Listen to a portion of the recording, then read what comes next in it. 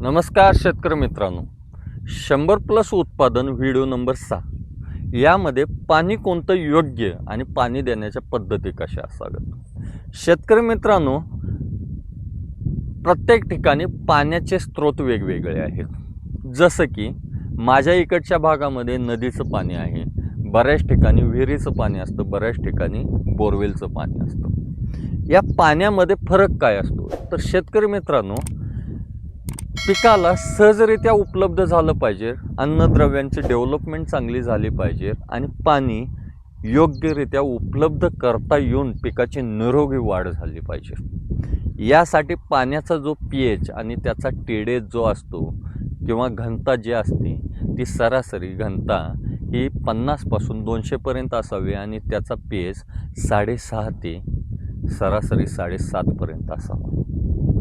यामध्ये मग नदीचं पाणी बी चालतं, बोरवेलचं पाणी पिण्यायोग्य असेल या पद्धतीचा pH जर असेल तर चालतं, विहिरीचं बी पाणी चालतं। यामध्ये 100+ उत्पादन काढण्यासाठी आपल्याला पाणी योग्य मानलं जातं। दुसरा, पाणी देण्याच्या पद्धती। पारंपरिक पद्धतीनं जे आपण पाणी देतो ते सरीपाट पद्धतीनं पाणी देतो। दुसरा, ठिबक सिंचन। पण 100+ उत्पादन काढण्यासाठी शेतकरी मित्रांनो, ठिबक सिंचनच हे योग्य असतं। पाटपाणी असेल तरीही चालतं, पण योग्य पद्धत ही ठिबक सिंचन असतं। ठिबक सिंचनमध्ये जिथं पाण्याचं प्रेशर लो आहे, लो म्हणजे काय, 1 kg पेक्षा लो प्रेशर असतं त्यांना 2 लिटरचे लॅटल असणं गरजेचं आहे आणि जिथं पाण्याचं प्रेशर 1 kgच्या वर आहे त्यांनी 4 लिटरचे लॅटल ठेवावे।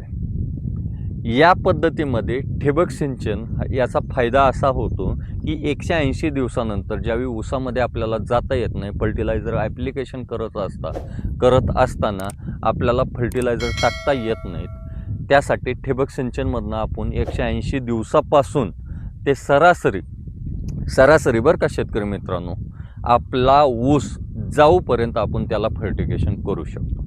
यासाठी ठिबक सिंचनचा म्हणजे ठिबक सिंचन असणं गरजेचं आहे। ही माहिती जर आवडली असली लाईक करा, शेअर करा आणि आमचं चॅनल फॉलो करा, सबस्क्राईब करा। नमस्ते।